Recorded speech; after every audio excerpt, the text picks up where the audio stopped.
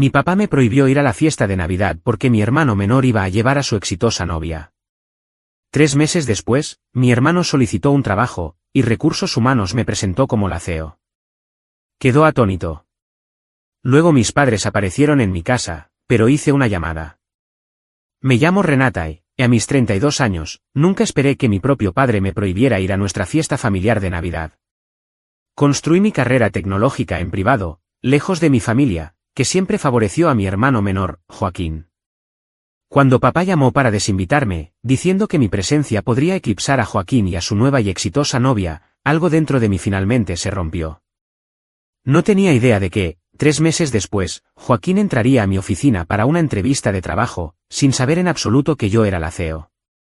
Si ya estás disfrutando de esta historia, déjame saber desde dónde la estás viendo en los comentarios. Dale al botón de me gusta y suscríbete para escuchar cómo me convertí en la CEO que terminaría entrevistando a su propio hermano. Créeme, el drama familiar se vuelve mucho más intenso a partir de aquí. Creciendo en los suburbios de Chicago, nuestra familia parecía perfecta desde fuera. Mis padres, Arturo y Beatriz Castillo, tenían buenos trabajos, una casa bonita y 2 hijos sanos. Pero dentro de esas paredes, la dinámica familiar era de todo menos equilibrada. Desde que tengo memoria, mi hermano menor, Joaquín, 4 años más joven que yo, era el niño de oro, a pesar de sus logros claramente promedio. Cuando Joaquín traía a casa una nota mediocre en su boleta de calificaciones, mis padres lo llevaban a tomar un helado para celebrar su mejora. Cuando yo traía a casa puras notas excelentes, la respuesta era siempre la misma, un rápido asentimiento y alguna variación de, eso es lo que esperamos de ti, Renata. La disparidad era tan constante que se convirtió en la normalidad tácita de nuestra familia. Mis padres nunca se perdieron ni un solo partido de béisbol de Joaquín, incluso cuando su equipo llevaba una racha de 15 derrotas y él pasaba la mayor parte del tiempo calentando el banquillo. Pero cuando me clasifiqué para el Campeonato Nacional de Debate en mi penúltimo año de secundaria, mi madre alegó una migraña y mi padre, de repente, tuvo un compromiso de trabajo inamovible. Tomé el autobús a la competencia sola, gané el primer lugar, y volví a casa para encontrarlos viendo a Joaquín jugar videojuegos en el sofá. Tu hermano necesita el apoyo más que tú, decía mi padre cada vez que expresaba mi decepción. Tú eres tan independiente, Renata. Joaquín necesita más orientación. La graduación de la secundaria hizo que la disparidad fuera imposible de ignorar. Joaquín recibió un Ford Mustang nuevo por graduarse con un promedio de 2.88. Yo me había graduado como la mejor de mi promoción 3 años antes y recibí un juego de maletas. Para tu viaje por delante, había dicho mi madre con una sonrisa que no llegaba a sus ojos. El mensaje era claro, Joaquín estaba destinado a quedarse, y yo estaba destinada a irme. Mi madre, Beatriz, era la principal defensora de este desequilibrio. Los chicos se desarrollan de manera diferente, explicaba cuando yo cuestionaba por qué Joaquín nunca tenía que hacer tareas del hogar mientras mi lista se hacía cada vez más larga.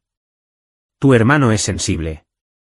Necesita más tiempo para encontrarse a sí mismo. A los 16 años, yo ya cocinaba la cena 3 noches a la semana, mientras que Joaquín, a los 12, ni siquiera sabía prepararse un sándwich. Arturo, mi padre, tenía sus propias justificaciones. El mundo es más difícil para los hombres jóvenes hoy en día, insistía.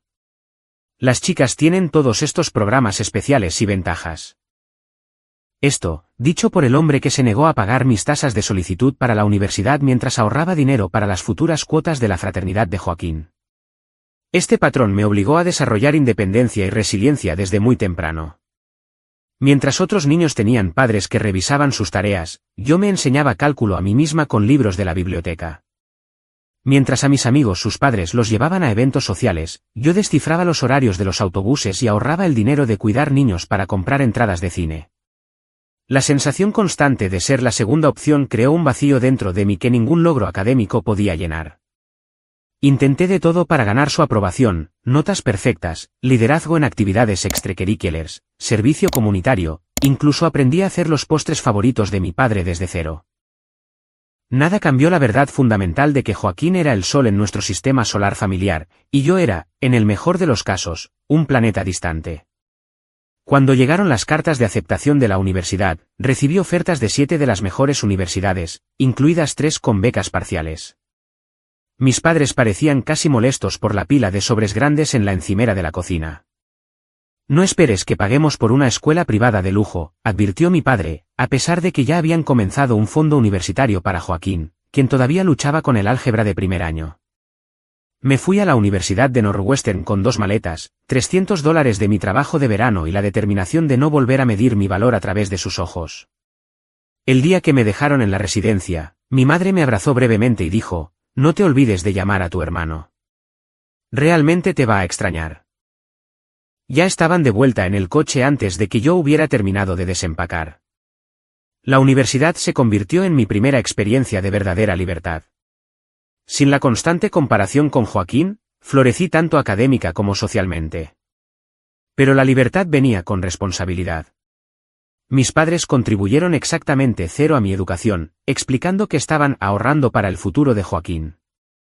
Así que tuve 3 trabajos simultáneamente, turnos de mañana en la cafetería del campus, trabajo administrativo los fines de semana en un negocio local y sesiones de tutoría por la noche. A pesar del agotamiento de trabajar 30 horas a la semana además de una carga académica completa, me gradué summa cum laude con una doble especialización en Administración de Empresas y Ciencias de la Computación. Mis padres asistieron a la graduación, pero se fueron inmediatamente después de la ceremonia para regresar a tiempo para el partido de la Liga de Béisbol de Verano de Joaquín. Cuando intenté hablarles de mis ofertas de trabajo durante el almuerzo, mi padre miraba su reloj repetidamente mientras mi madre preguntaba si había conocido a algún joven agradable que pudiera tener mejores perspectivas.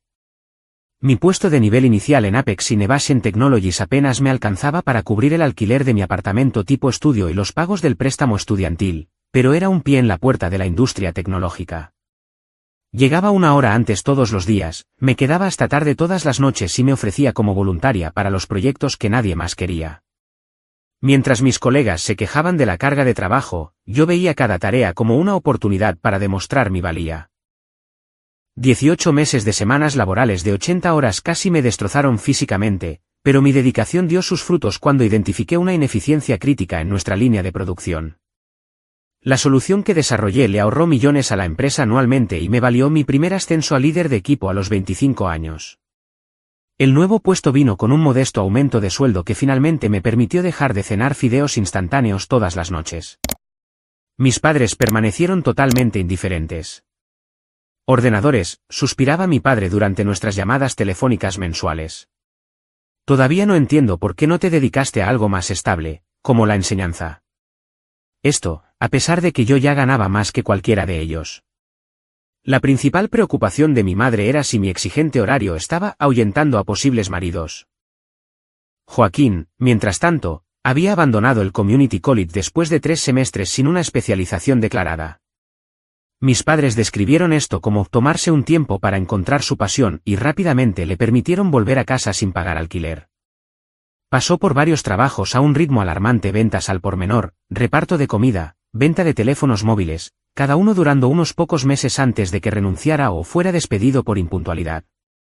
Cuando Apex lanzó una revolucionaria plataforma de software que yo había ayudado a desarrollar, mi ascenso a directora de desarrollo de producto fue algo natural. A los 27 años, era la directora más joven en la historia de la empresa, gestionando un equipo de 30 desarrolladores y un presupuesto multimillonario. Compré mi primer apartamento, un modesto piso de una habitación que, sin embargo, se sentía como un palacio después de años de apartamentos de alquiler con tuberías dudosas. Durante una llamada familiar de domingo, intenté compartir mi entusiasmo por el ascenso. Mi madre me interrumpió con: «Qué bien, cariño, pero ¿te enteraste de que Joaquín está pensando en volver a estudiar? Quizás negocios, como tú. Siempre ha sido muy bueno con la gente». El resto de la llamada se dedicó al potencial de Joaquín y a cómo estaban investigando becas para él. Después de eso, dejé de mencionar mi carrera. Al año siguiente, un cazatalentos que representaba a Zenith Enterprises, el mayor competidor de Apex, se puso en contacto conmigo. Me ofrecieron un puesto de vicepresidenta con un salario que hizo que me atragantara con el café cuando escuché la cifra, además de opciones sobre acciones que podrían valer millones si la empresa continuaba su trayectoria de crecimiento. Tras una cuidadosa consideración y negociación, acepté el puesto. Mi nuevo cargo conllevaba una inmensa responsabilidad y presión, pero también los recursos para innovar de verdad. Bajo mi liderazgo, nuestra división desarrolló tecnologías que posicionaron a Zenith a la vanguardia de la industria. Cuando Zenith se fusionó con el gigante tecnológico global Nexus Systems, creando una de las corporaciones tecnológicas más grandes del mundo, la junta directiva comenzó a buscar un CEO que pudiera navegar la compleja integración de las empresas. Para mi sorpresa, fui preseleccionada junto a candidatos externos con décadas más de experiencia. El proceso de entrevistas fue brutal, 7 rondas con miembros de la junta, inversores y equipos ejecutivos de ambas compañías. Me preparé durante semanas, desarrollando una visión integral para el futuro de la empresa fusionada que abordaba todo, desde la integración técnica hasta la alineación cultural. Cuando el presidente de la junta llamó para ofrecerme el puesto, yo tenía 30 años y me quedé momentáneamente sin palabras. El salario, las bonificaciones y las opciones sobre acciones me cambiaron la vida. Pero más significativo fue el voto de confianza de personas a las que respetaba profundamente. Esa noche, sola en mi apartamento, finalmente me permití sentir el orgullo que había estado reprimiendo durante años. Llamé a mis padres ese fin de semana para compartir la noticia. ¿CEO de toda una empresa?, preguntó mi padre, sonando genuinamente confundido. ¿Es una startup o algo así? Cuando le expliqué el tamaño y el alcance de la corporación, hubo una larga pausa antes de que mi madre dijera, bueno, eso suena muy exigente. ¿Tendrás tiempo para tener citas? La conversación rápidamente se desvió hacia la nueva aventura de Joaquín. Estaba tomando clases para convertirse en agente inmobiliario. Realmente se está encontrando a sí mismo ahora, dijo mi madre con entusiasmo. Tiene un carisma tan natural. La gente simplemente lo adora. Después de esa llamada, tomé la decisión consciente de mantener la privacidad sobre mi vida profesional. Era más sencillo que lidiar con su indiferencia o, peor aún, con su repentino interés si se daban cuenta de las implicaciones financieras de mi puesto. Comencé a rechazar sus invitaciones para visitas de fin de semana, citando compromisos laborales. Nuestro contacto se redujo a llamadas mensuales que programaba entre reuniones. Mientras tanto, construí lo que consideraba mi familia elegida, amigos cercanos que celebraban mis éxitos sin resentimiento, colegas que me desafiaban y respetaban, y finalmente un pequeño círculo de otras ejecutivas que entendían las presiones únicas que enfrentaba. Estas eran personas que me veían con claridad y me valoraban exactamente por quién era, no por quién necesitaban que fuera. Establecí una rutina cómoda, trabajo inmersivo y desafiante durante la semana y fines de semana relajantes llenos de amigos, clases de fitness y citas ocasionales, aunque nada serio se desarrolló románticamente. Donaba a causas que me importaban, era mentora de mujeres jóvenes en tecnología y finalmente sentí que estaba construyendo una vida que reflejaba mis valores en lugar de las expectativas de mi familia. Diciembre siempre había sido complicado. Cada año, mis padres organizaban una reunión de Navidad en su casa de los suburbios, una tradición que se remontaba a mi infancia. Cada año, yo asistía diligentemente sola, llevando regalos caros que eran recibidos con educados gracias antes de ser dejados a un lado. Cada año, escuchaba largas conversaciones sobre el potencial y las perspectivas de Joaquín mientras respondía preguntas incómodas sobre mi vida personal. El diciembre pasado no comenzó de manera diferente. 3 semanas antes de Navidad, Joaquín llamó a nuestros padres con noticias emocionantes, había comenzado a salir con alguien llamada Valeria. Esto por sí solo no habría sido notable, las relaciones de Joaquín solían durar tanto como sus trabajos, pero al parecer, esta Valeria era especial. Era, según la llamada telefónica sin aliento de mi madre, una directora en una importante empresa de tecnología. Es tan exitosa, dijo mi madre, con la voz teñida de asombro. Tiene su propia oficina y todo.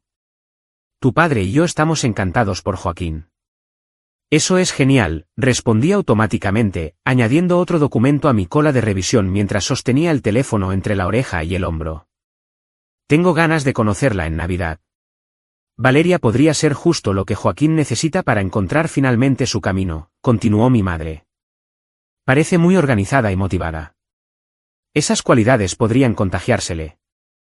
Hice los ruidos apropiados de acuerdo mientras aprobaba las proyecciones trimestrales que determinarían las bonificaciones para 2,000 empleados. Mi madre no hizo una sola pregunta sobre mi trabajo o mi vida antes de terminar la llamada. A medida que se acercaban las fiestas, organicé mis 2 días libres habituales, lo mínimo que podía tomar sin causar grandes interrupciones en los proyectos en curso. Compré regalos bien pensados, una edición de coleccionista de las obras del autor favorito de mi padre, un suéter de cachemira para mi madre, y para Joaquín, la última consola de videojuegos sobre la que había estado insinuando durante meses. Reservé mi vuelo, organicé un coche de alquiler y me preparé mentalmente para la mezcla habitual de nostalgia e incomodidad que caracterizaba las reuniones familiares. Una semana antes de Navidad, mi padre llamó. Esto fue lo suficientemente inusual como para que saliera de una reunión de presupuesto para atenderlo. Su voz sonaba tensa. Renata, tenemos que hablar sobre la Navidad de este año, comenzó torpemente. Ha habido un pequeño cambio de planes. ¿Están todos bien?, pregunté, preocupada de inmediato. Mamá está enferma. No, nada de eso, me aseguró rápidamente. Es solo que... Bueno, Joaquín va a traer a Valeria, y ella trabaja en una empresa de tecnología en un puesto directivo, al parecer. Esperé a que continuara, sin saber qué tenía que ver esto conmigo. Tu madre y yo estábamos pensando, dijo después de una pausa incómoda, que podría ser mejor si vinieras para Año Nuevo en lugar de Navidad este año. La puerta de la sala de conferencias se abrió detrás de mí, y mi asistente me hizo un gesto sobre la reunión que esperaba. Levanté un dedo, tratando de procesar lo que mi padre estaba diciendo. ¿Me estás desinvitando de la Navidad?, pregunté, manteniendo la voz firme. No desinvitando, corrigió apresuradamente. Solo reprogramando. Creemos que podría ser un poco incómodo, ya sabes, con lo que haces en tu trabajo y todo. Valeria, al parecer, está muy orgullosa de su puesto, y no quisiéramos que se sintiera intimidada. Antes de que pudiera responder, oí la voz de mi madre de fondo, y luego el sonido ahogado del teléfono cambiando de manos. Renata, cariño, dijo mi madre, con esa voz dulce que siempre precedía a algo hiriente. Solo estamos tratando de asegurarnos de que Joaquín tenga su momento. Sabes lo importante que es esta relación para él, y odiaríamos que algo lo eclipsara. Valeria es la primera chica con la que ha salido con una carrera de verdad, y queremos que se sienta cómoda con la familia. Y mi presencia la haría sentir incómoda, aclaré, sintiendo una frialdad extendiéndose por mi pecho. Bueno, a veces puedes ser un poco intensa con tu trabajo, dijo mi madre con delicadeza. Y ya sabes cómo se pone Joaquín cuando se siente comparado contigo. Solo queremos que todo sea perfecto para él. ¿Lo entiendes, verdad? Todavía puedes venir para el brunch de Año Nuevo. Me encontré asintiendo aturdida, terminando la llamada con amabilidades mecánicas. Regresé a mi reunión, sonriendo rígidamente mientras guiaba la discusión sobre la asignación de recursos en 3 continentes. Solo mi asistente ejecutiva notó que algo andaba mal, colocando silenciosamente una taza de té en mi codo y reprogramando mis citas de la tarde sin que se lo pidiera. Esa noche, el impacto total me golpeó. Después de 32 años, nada había cambiado. Seguía siendo la hija inconveniente, aquella cuyos logros eran amenazantes en lugar de celebrados. Todavía se esperaba que me acomodara al frágil ego de Joaquín, que me hiciera más pequeña para que él pudiera sentirse más grande. Llamé a mi mejor amiga, Alba, llorando. Llegó a mi ático 1 hora después con 2 botellas de vino y un apoyo inquebrantable. Te prohibieron ir a la Navidad porque la novia de tu hermano tiene un puesto de gerencia media, aclaró, con la indignación tiñendo su voz. ¿Mientras tú diriges una corporación global? Eso es un delirio de nivel olímpico. En realidad no saben lo que hago, le recordé, secándome los ojos. Dejé de decírselo hace años cuando quedó claro que no les importaba. Eso no es una excusa. Eso es parte del problema, insistió Alba, sirviendo más vino. Unos padres normales estarían organizando celebraciones del tamaño de un desfile por lo que has logrado. Hablamos hasta altas horas de la noche, y por la mañana, había hecho las paces con la situación. Respetaría la prohibición de Navidad, pero tampoco asistiría al brunch de consolación de Año Nuevo. En su lugar, reservé un retiro de spa para las fiestas y organicé la entrega de los regalos en casa de mis padres con una nota educada. El día de Navidad, evité deliberadamente las redes sociales, pero la curiosidad finalmente me venció. Mi madre había publicado varias fotos de su celebración, Joaquín, radiante junto a una mujer alta con una sonrisa profesional, mis padres mirando con orgullo, la mesa puesta con la porcelana y el cristal de las ocasiones especiales. El pie de foto decía, Navidad perfecta con Joaquín y su increíble novia, Valeria. Muy orgullosos de estos dos jugadores de poder. La ausencia de cualquier mención sobre mí fue simultáneamente dolorosa y completamente predecible. Cerré la aplicación y me concentré en disfrutar del masaje que había programado, decidida a no dejar que su exclusión arruinara mis vacaciones. Pero algo había cambiado dentro de mí, una última y frágil esperanza de que algún día pudieran verme con claridad. En su lugar había una extraña y triste aceptación, y la resolución de construir mi vida sin la validación que, inconscientemente, había estado buscando durante tanto tiempo. Enero y febrero pasaron en un torbellino de trabajo. La empresa estaba expandiendo sus operaciones en Asia, y pasé 3 semanas en Singapur, Seúl y Tokio estableciendo nuevas oficinas. Al regresar a la sede a principios de marzo, me sumergí en el ciclo de planificación estratégica, agradecida por el enfoque absorbente que requería. Mis padres llamaron 2 veces, dejando mensajes de voz alegres que no hacían referencia a la Navidad ni a mi ausencia en Año Nuevo. No devolví las llamadas. Joaquín me envió un mensaje de texto en mi cumpleaños con un genérico «Feliz cumple hermana» que no requería respuesta. La distancia se sentía extrañamente liberadora. Un martes a mediados de marzo, Adriana Davis, nuestra directora de recursos humanos, solicitó una reunión urgente. Adriana rara vez programaba algo a última hora, así que liberé 30 minutos entre las revisiones de presupuesto para verla. Hemos recibido una solicitud interesante para el puesto de gerente de producto senior, dijo después de los saludos de rigor. El candidato tiene calificaciones sólidas, buenas referencias de sus 2 últimos puestos y una nota interesante en su solicitud. Deslizó un currículum impreso sobre mi escritorio. Bajé la mirada y sentí que la sangre se me helaba. El nombre en la parte superior decía Joaquín Castillo. Mencionó un posible conflicto de intereses, continuó Adriana, sin darse cuenta de mi conmoción. Conexión familiar con la CEO. Quería discutir el protocolo adecuado para manejar esta solicitud. Me quedé mirando el currículum, tratando de procesar lo que estaba viendo. Joaquín había trabajado en 3 empresas en el último año, cada puesto mostrando progresivamente más responsabilidad en marketing de productos. Su formación académica mencionaba una certificación de negocios en línea completada recientemente, pero ningún título universitario. En la sección de habilidades, afirmaba tener competencia en varias plataformas de software que nuestra empresa utilizaba. Me mencionó específicamente por mi nombre, pregunté, manteniendo la voz neutra. Adriana pareció un poco incómoda. No exactamente. Cuando lo llamé para programar su entrevista preliminar, preguntó si había alguna opción de vía rápida para candidatos con conexiones en la alta dirección. Le expliqué nuestro proceso estándar, y mencionó que estaba emparentado con alguien del equipo ejecutivo, pero no especificó con quién.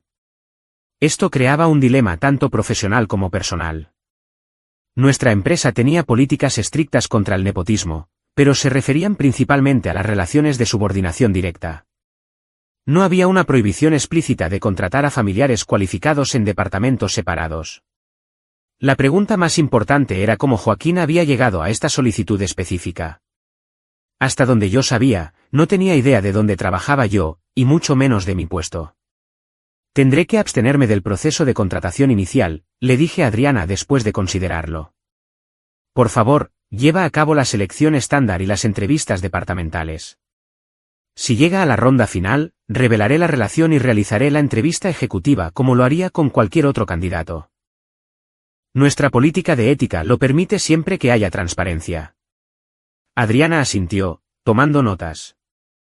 Debería informar al panel de entrevistadores sobre la conexión. No, decidí. Júzguenlo únicamente por sus cualificaciones. Documenten todo a fondo. Quiero que este proceso sea completamente justo y defendible. Después de que Adriana se fue, cerré la puerta de mi oficina y busqué el nombre de Joaquín en Google. Su perfil de LinkedIn mostraba el mismo historial laboral que su currículum, aunque con descripciones considerablemente más embellecidas de sus responsabilidades. No había mención de mí ni de ninguna conexión familiar en su perfil público. Pasé la siguiente semana distraída, preguntándome cuándo y cómo Joaquín descubriría mi puesto. Adriana me proporcionaba actualizaciones sobre su progreso en el proceso de contratación. Había superado la selección telefónica inicial y completado la primera ronda de entrevistas con el equipo de producto. Sorprendentemente, los comentarios eran en gran medida positivos. Al parecer, se había preparado bien y había demostrado un conocimiento legítimo de los principios de gestión de productos. Esto me provocaba emociones contradictorias. Por un lado, sentía un extraño orgullo de que Joaquín estuviera mostrando una competencia genuina. Por otro, el momento y las circunstancias levantaban sospechas. ¿Por qué nuestra empresa? ¿Por qué ahora? ¿Y cuánto sabía realmente sobre mi rol?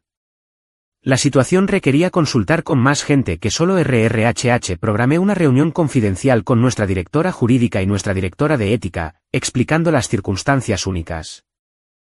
Ambas estuvieron de acuerdo en que el enfoque más transparente era continuar con el proceso estándar, pero asegurando que yo no fuera la única en tomar la decisión si Joaquín llegaba a las rondas finales.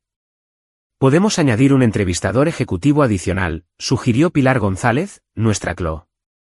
Eso proporciona una evaluación independiente y nos protege tanto a ti como a la empresa de cualquier apariencia de impropiedad. Pasaron 2 semanas más y Joaquín siguió avanzando en las etapas de la entrevista. El jefe del departamento, que sería su supervisor directo, estaba impresionado con su enfoque creativo para el posicionamiento del producto y su aparente entusiasmo por la misión de nuestra empresa. Recibí las notas de la entrevista y me sorprendieron las respuestas reflexivas y elocuentes atribuidas a mi hermano. Este no era el Joaquín que yo conocía, o quizás era un Joaquín que nunca se me había permitido conocer. La entrevista ejecutiva final se programó para un viernes por la tarde.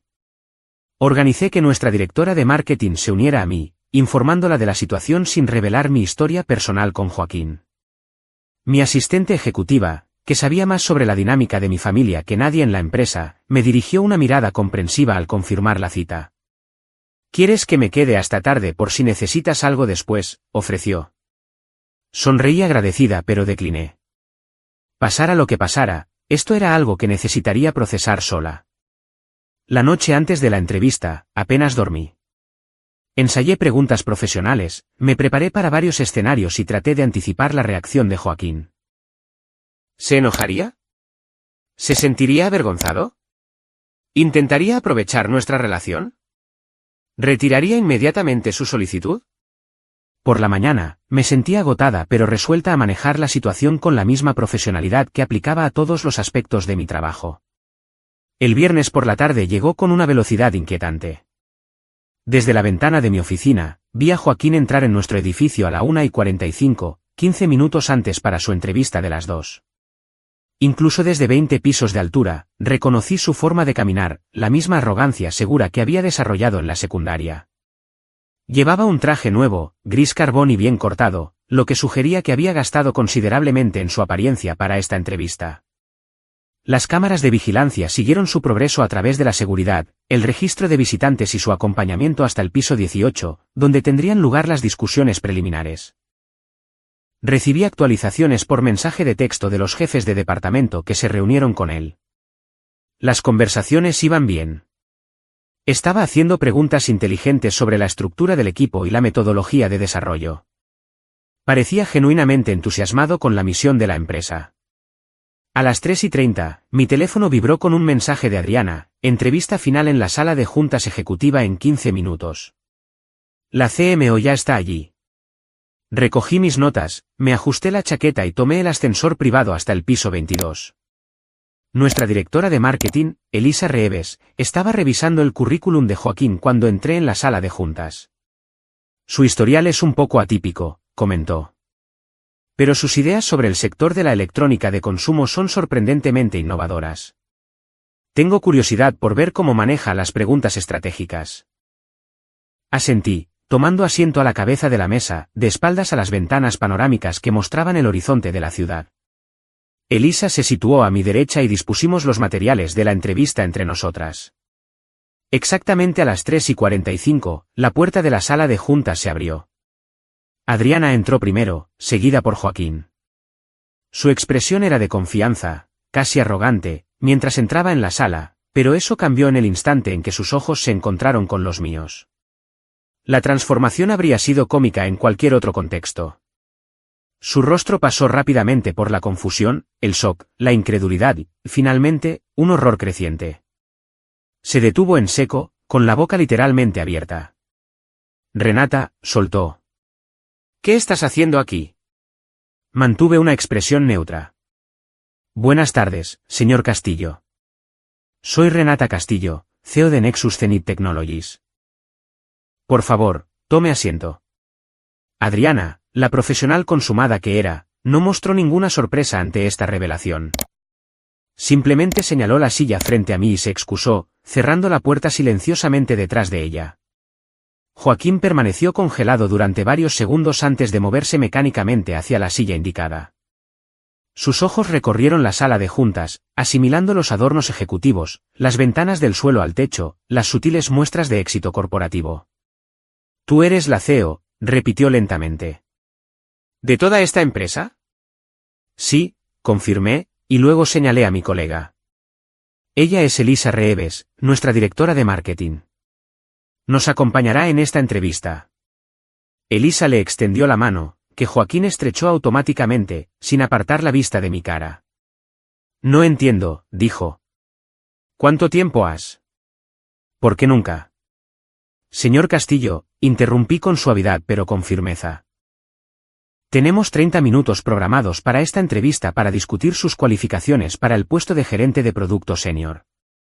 ¿Prefiere que procedamos o le gustaría reprogramar?» Este encuadre profesional pareció devolverlo a la realidad de la situación.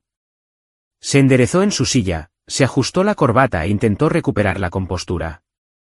«Por supuesto, procedamos», dijo, con la voz solo ligeramente tensa.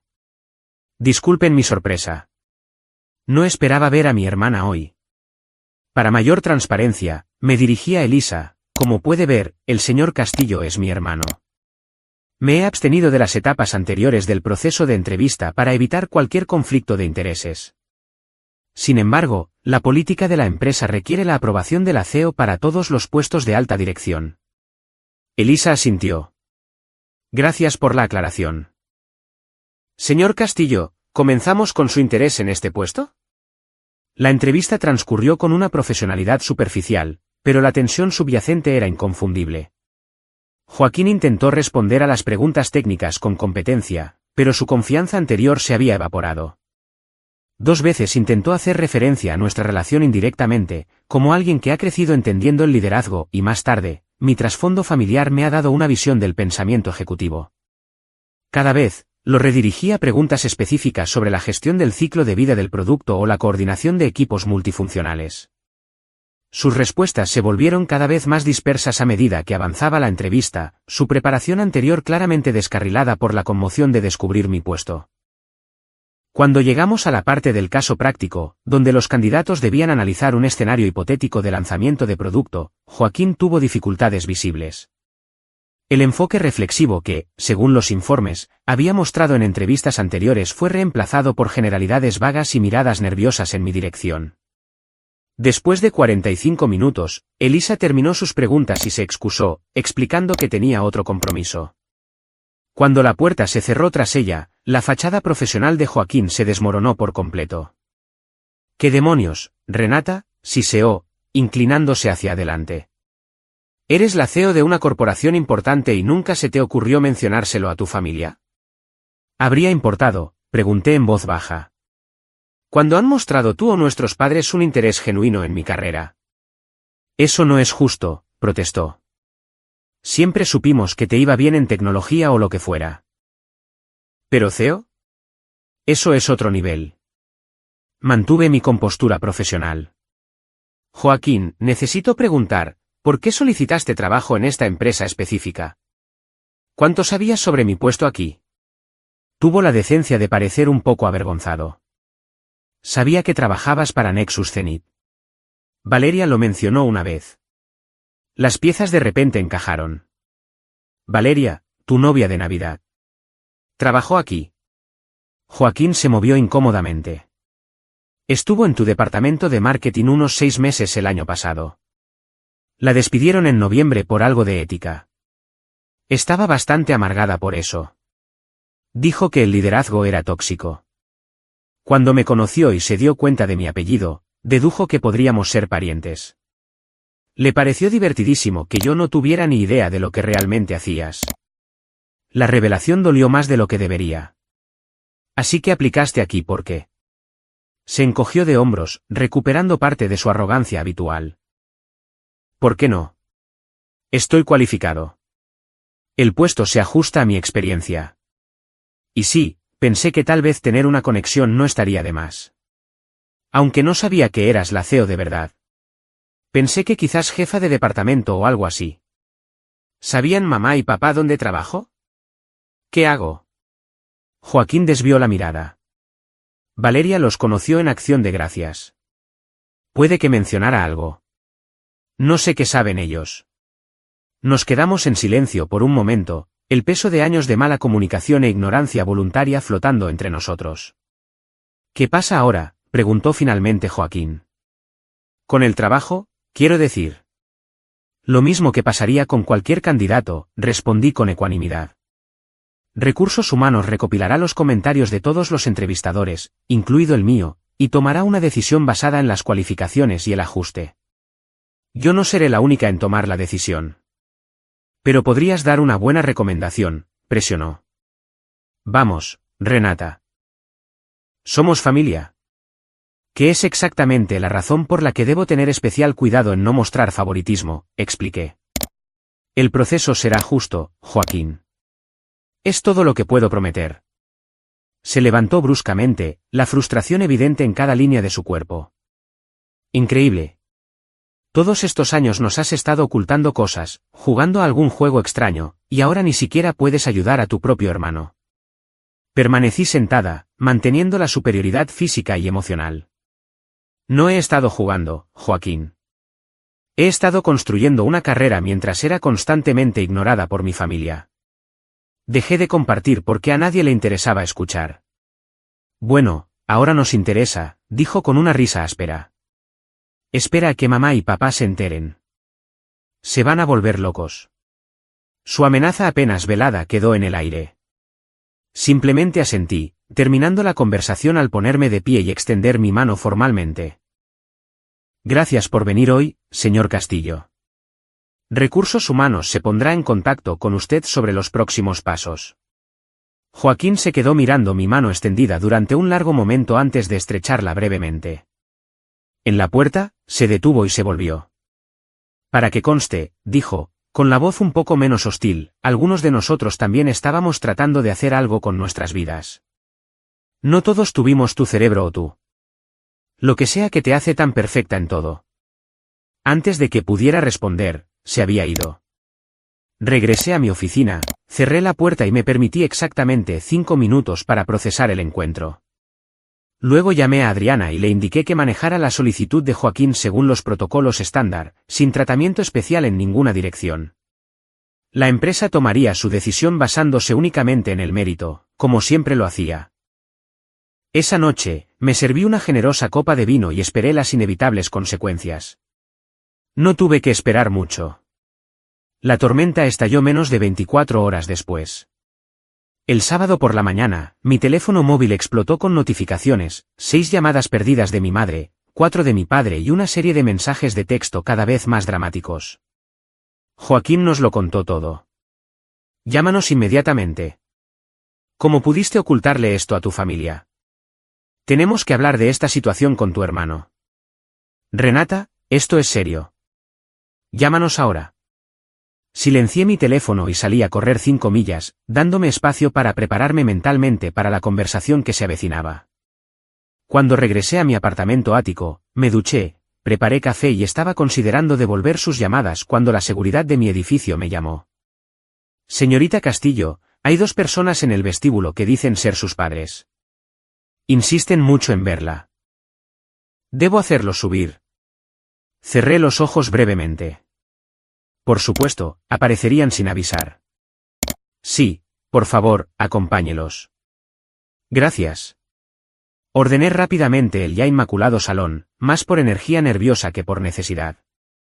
Mi apartamento, que ocupaba la mitad de la última planta de uno de los edificios residenciales más exclusivos de la ciudad, estaba decorado profesionalmente en un estilo minimalista que enfatizaba las ventanas del suelo al techo y las vistas panorámicas de la ciudad. Rara vez recibía gente aquí, prefiriendo mantener mi espacio personal privado, lo que hacía que esta invasión se sintiera particularmente intrusiva. El ascensor anunció su llegada con un suave tintineo. Abrí la puerta para encontrar a mis padres de pie allí, con una expresión a la vez de enojo e incomodidad. Los ojos de mi madre inmediatamente comenzaron a catalogar los muebles caros mientras mi padre parecía fascinado por la vista más allá de las ventanas. Podrías habernos dicho que te mudaste, dijo mi madre a modo de saludo. Tuvimos que buscarte en Google para encontrar esta dirección. Por favor, entren, respondí, haciéndome a un lado. ¿Quieren café? Entraron con cautela, como si entraran en una embajada extranjera. Mi madre se sentó en el borde del sofá de cuero blanco mientras mi padre deambulaba hacia las ventanas, con las manos entrelazadas a la espalda. Bonito lugar, comentó, observando la ciudad extendida debajo. Debe haber costado una fortuna. Ignoré la pregunta implícita, sirviendo café en tazas de cerámica artesanales antes de tomar asiento en el sillón frente a mi madre. Supongo que Joaquín les contó sobre la entrevista de trabajo. Nos contó mucho más que eso, dijo mi madre, su voz adquiriendo el tono herido que conocía tan bien. Nos dijo que eres la CEO de una corporación importante. Que nos has estado ocultando tu éxito durante años. Que deliberadamente nos mantuviste en la oscuridad sobre tu vida. No oculté nada, corregí con calma. Simplemente dejé de ofrecer información que era recibida consistentemente con desinterés. ¿Desinterés? Mi padre se volvió desde la ventana, con la indignación tiñendo su rostro. Somos tus padres. Por supuesto que nos interesa tu vida. ¿De verdad?, pregunté en voz baja. ¿Cuándo fue la última vez que alguno de ustedes me hizo una pregunta genuina sobre mi trabajo, mis logros, mis desafíos? Intercambiaron miradas incómodas. Siempre supimos que te iba bien, dijo mi madre a la defensiva. Siempre fuiste tan independiente, tan capaz. No pensamos que necesitaras nuestra participación. No necesitar participación es diferente a no querer reconocimiento, señalé. Cada hito en mi carrera fue desestimado o redirigido a preocupaciones sobre mi vida personal o a comparaciones con el potencial de Joaquín. Mi padre suspiró profundamente, moviéndose para sentarse junto a mi madre. Puede que hayamos subestimado tus logros, pero mantener tu puesto en secreto parece deliberado. Renata, ¿por qué no le dirías a tu propia familia que habías alcanzado tales alturas? La pregunta era tan carente de autoconciencia que casi me reí. La fiesta de Navidad, dije en su lugar. Me desinvitaron porque la novia de Joaquín trabajaba en un puesto de gerencia media en una empresa de tecnología y les preocupaba que yo la eclipsara. ¿Cómo habrían reaccionado si hubieran sabido que yo era en realidad la CEO? Mi madre tuvo la decencia de sonrojarse ligeramente. Eso fue un malentendido. Solo queríamos que Joaquín tuviera su momento. Joaquín ha tenido todos los momentos, respondí, manteniendo la voz firme. Cada momento desde que tengo memoria. Mis logros han sido, en el mejor de los casos, notas a pie de página en nuestra historia familiar. Eso no es justo, protestó mi padre. Siempre hemos estado orgullosos de ti. Orgullosos en ausencia, quizás. Orgullosos sin reconocimiento, ni celebración, ni siquiera curiosidad básica. Se hizo un silencio incómodo. Mi madre jugueteaba con su taza de café, sin beber de ella. Los ojos de mi padre seguían volviendo a la vista, calculando mentalmente los valores de las propiedades, sin duda. Bueno, dijo finalmente mi madre con un brillo forzado, lo importante es que ahora lo sabemos y estamos muy, muy orgullosos. Extremadamente orgullosos. Nuestra hija, una CEO. Es notable. Verdaderamente impresionante. Mi padre asintió, su tono cambiando a algo que encendió las alarmas en mi mente. Debes estar bastante bien económicamente. Y ahí estaba, la verdadera razón de su repentino interés. Esperé, sin decir nada. Joaquín mencionó que vives en el ático, continuó mi madre, mirando a su alrededor. ¿Todo este piso? La mitad, corregí. El otro lado es una unidad separada. Mi padre se aclaró la garganta. Hablando de Joaquín, esperábamos que reconsiderara su solicitud. Realmente necesita esta oportunidad, Renata. Las cosas han estado difíciles para él últimamente. ¿Qué pasó con Valeria?, pregunté, aunque podía adivinarlo. La expresión de mi madre se agrió. Rompieron hace unas semanas. De todos modos, no era la adecuada para él. Una personalidad muy crítica. De hecho, nos llamó después de que rompieron, añadió mi padre con el ceño fruncido. Intentó contarnos algunas tonterías sobre el carácter de Joaquín. Muy poco profesional. Las piezas seguían encajando.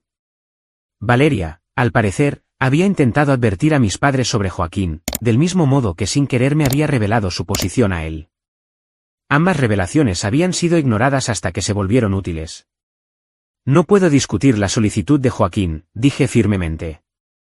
Nuestro departamento de recursos humanos se encarga de todas las decisiones de contratación según la política de la empresa. Pero seguramente tienes alguna influencia, presionó mi madre. Es tu hermano.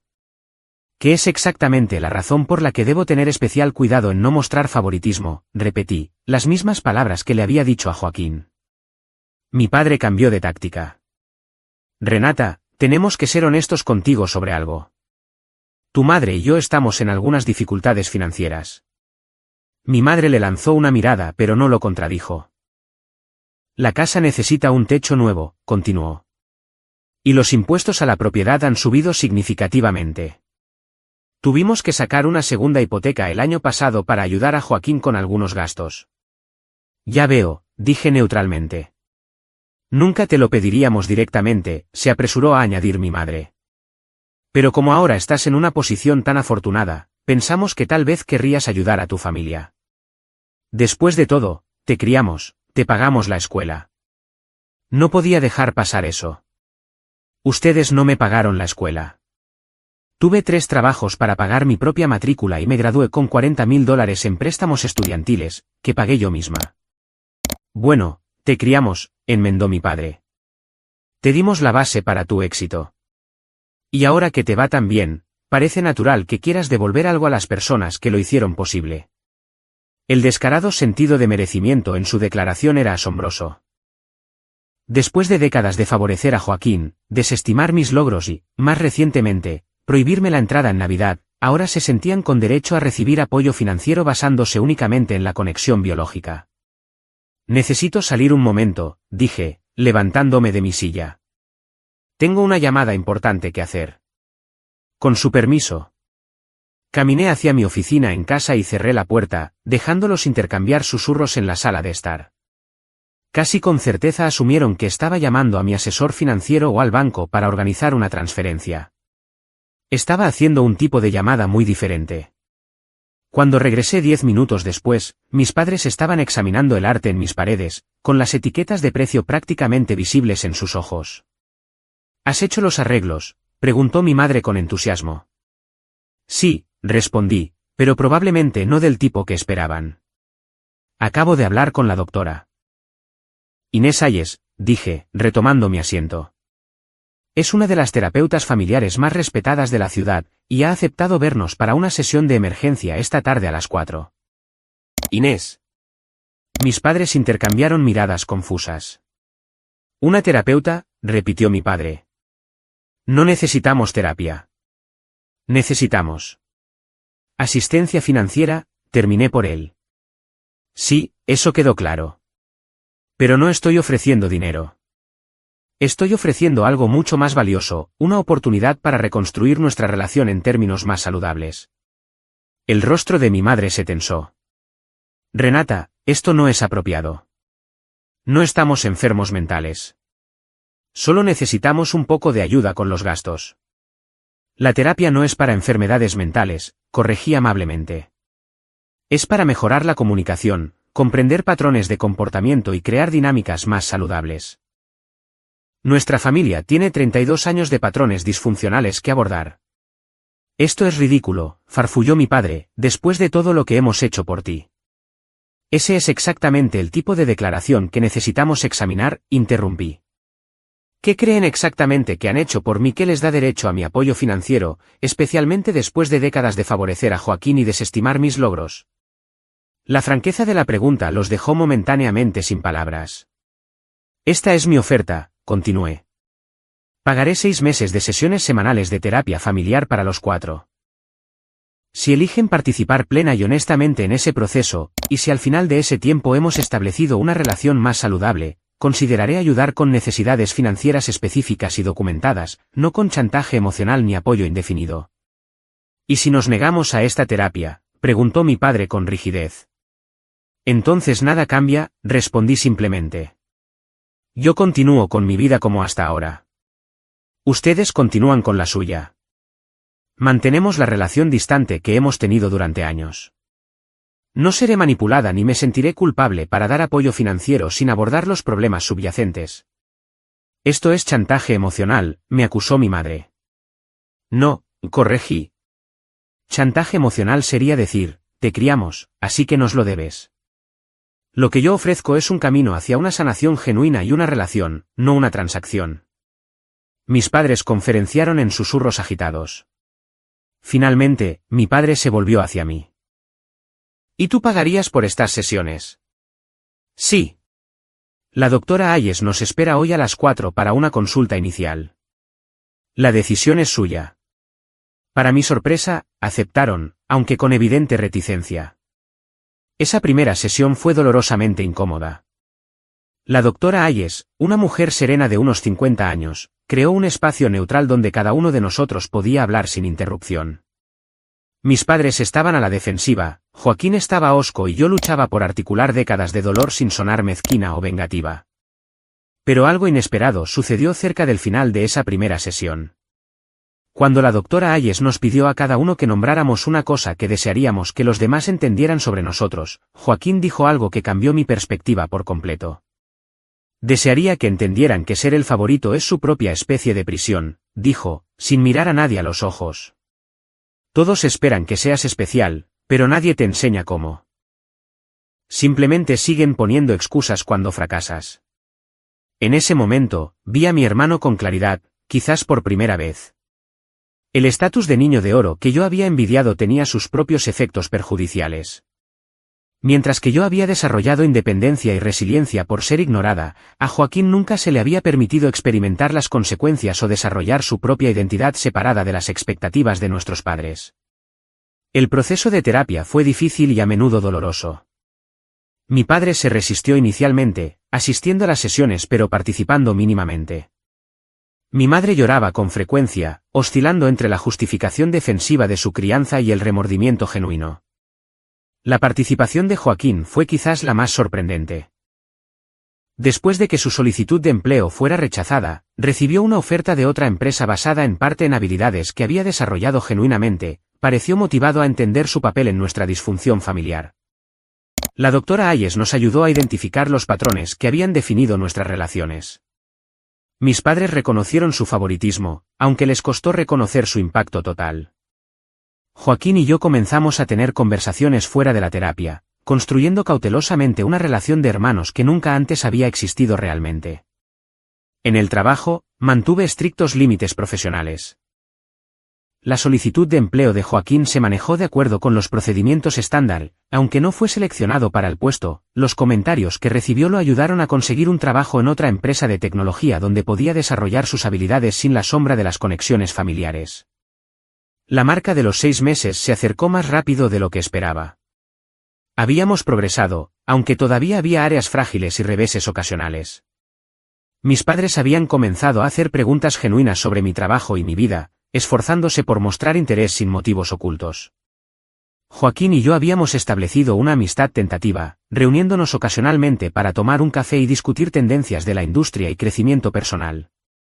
Cuando la doctora Hayes preguntó en nuestra última sesión programada si deseábamos continuar con la terapia, la decisión unánime de seguir adelante fue quizás la evidencia más sólida de lo lejos que habíamos llegado. Mis padres habían tomado medidas para abordar sus problemas financieros, trabajando de forma independiente con un asesor financiero que yo había recomendado pero no financiado directamente. Se habían mudado a una casa más pequeña, reduciendo el pago de su hipoteca y la carga del impuesto a la propiedad. La siguiente Navidad fue muy diferente a la que había iniciado este viaje. Nos reunimos en un lugar neutral, un comedor privado en un restaurante que yo había seleccionado. No había miembros de la familia prohibidos, ni falsas pretensiones, ni agendas ocultas. La conversación a veces era forzada, ocasionalmente incómoda, pero fundamentalmente honesta. Mi vida profesional continuó prosperando.